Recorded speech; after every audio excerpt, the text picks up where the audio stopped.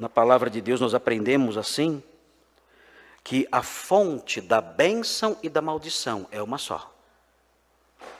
Quem é a fonte da bênção e da maldição? Só existe uma fonte: Deus. E se alguém me amaldiçoar? Pega a maldição em mim. E se alguém fizer uma macumba para mim? Já fizeram um monte. E se alguém pegar um sapo, escrever o nome, colocar na boca, enterrar o sapo, na frente da minha casa, que eu moro numa encruzilhada, eu vejo macumba toda sexta-feira, o que acontece? Tem algum efeito isso? Deus é a fonte da bênção e da maldição. Se Deus não abençoa, não adianta alguém abençoar. Se Deus não amaldiçoa, não adianta alguém amaldiçoar. Porque Ele é o administrador destas coisas.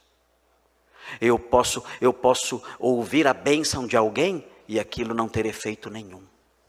E posso ouvir a maldição de alguém e aquilo não ter efeito nenhum. Porque é Deus quem administra essas coisas. Nós não temos que ter medo dos homens. Alguns anos atrás surgiu aí a doutrina da quebra da maldição. Então todos os crentes com medo, porque inventaram mais essa imensa estupidez.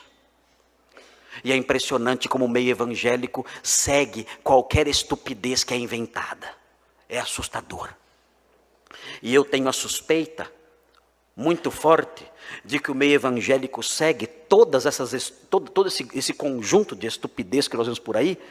O meio evangélico segue porque a vasta maioria dos evangélicos não conhecem a salvação que há em Cristo. Não são crentes de verdade. São pessoas que vão na igreja movidos pelo interesse financeiro. A Bíblia diz: cercar-se-ão de mestres segundo as suas cobiças. A Bíblia diz isso. Então aparece um pregador dizendo: se você vier à minha igreja, você vai ficar rico. Então a pessoa vai lá. A pessoa vai lá não porque ela ama a Deus, porque ela quer ficar rica.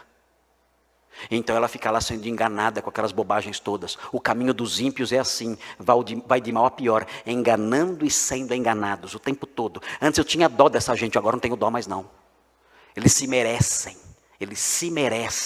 Os que estão enganando porque são perversos, e os que são enganados porque são movidos pela sua concupiscência. Eles estão buscando mestres segundo as suas cobiças, por isso estão lá. Então não tenho dó.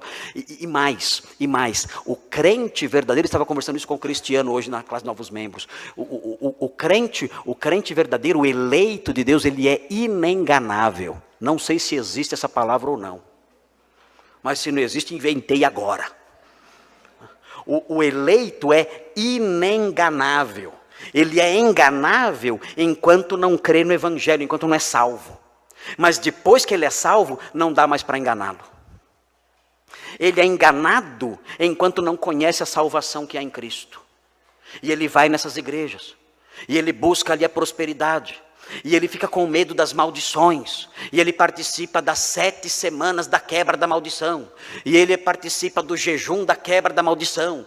E ele participa da fogueira santa que queima a maldição. E assim vai. E vai na igreja da bola de neve. E vai na bola de fogo para queimar a maldição da bola. É um fuar total. É um caos. É uma máquina. É uma máquina de mentiras o tempo todo, maquinando, produzindo lorotas, mentiras o tempo todo. E aquela multidão estúpida, acreditando em tudo, em qualquer coisa. E então você vê alguém naquele meio, que por uma ação da graça salvadora, conhece a fé em Jesus de verdade. Uns poucos ali. E quando nós lemos Mateus 24, o texto diz assim: eles enganarão, se possível, os próprios eleitos. O que significa isso? Que os eleitos são inenganáveis. Pode botar no dicionário essa palavra agora. Os eleitos são inenganáveis. E então ali salvos, eles olham ao seu redor e dizem: o que eu estou fazendo aqui? Isso não tem cabimento. E saem desse meio correndo. E passam a ter nojo. Passam a ter nojo dessas coisas. E clamam a Deus dizendo: Senhor, dá-me sempre a tua luz, para que eu jamais volte para aquelas atrocidades todas. E passam a odiar aquelas mentiras, aquelas blasfêmias com ódio consumado. E quando se lembram que o nome santo de igreja é atribuído àquele covil de lobos, aquela pocilga, ficam indignados. Porque o nome igreja foi alçado pela palavra de Deus à condição digníssima. O que é a igreja? É a comunidade dos santos, dos eleitos de Deus. É o povo lavado e redimido. E alguém pega esse título santo, sagrado, e coloca num chiqueiro, aviltando esse nome. E as pessoas que passaram por isso, então, sentem nojo dessas coisas. Mas o meio evangélico continua se produzindo. Por quê? Porque o meio evangélico está cheio de gente perdida. E acreditam em coisas como essa, quebra de maldição. E vão lá. E se sujeitam a esses rituais tolos, essas mentiras que qualquer pessoa com 3 neurônios saberia que é mentira. E acreditam nisso. E seguem essas coisas. A palavra de Deus mostra: Deus é a fonte da bênção e da maldição. Quando Balaque contratou Balaão para amaldiçoar Israel, ele pagou. Balaão era um profeta do Senhor. Eu pago para você amaldiçoar Israel. Vocês lembram o que aconteceu? Vejam no livro de Números.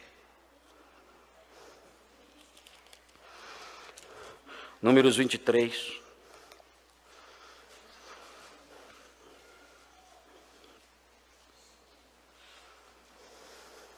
Números 23. Veja aí, se você tem que ter medo de maldição. Números 23, 20. Balaão disse para Balaque. Números 23, 20. Números 23, 20. Eis que para abençoar recebi ordem. Ele abençoou. Não posso revogar. Deus abençoou. Eu não posso fazer nada. Versículo 23. Pois contra Jacó não vale encantamento. Mas nem uma macumbinha, nada. É o povo de Deus, é o povo eleito. É a menina dos seus olhos, é o povo salvo, santificado, lavado, regenerado, redimido, o povo herdeiro, adotado. Nem adivinhação contra Israel. E o texto prossegue com a resposta de Balaão a Balaque, dizendo: é inútil amaldiçoar esse povo, porque é o povo abençoado de Deus, e um dia o Senhor nos encontrará, e quando nos encontrar, Ele dirá assim, Ele olhará para aqueles que estão à sua esquerda e dirá: apartai-vos de mim, malditos. E os que estiverem à sua direita: bem-vindos. O quê? Benditos de meu Pai. Vocês são benditos. E contra vocês não vale encantamento. Não tenho preocupação com essas coisas. Gênesis 12, 3 mostra, quando ele diz: abençoarei os que te abençoarem, amaldiçoarei os que te amaldiçoarem. Quando ele disse isso para Abraão, ele estava mostrando que ele é a fonte da bênção e da maldição. E ele só. Não tenha medo. Não tenha medo, porque você já é bendito.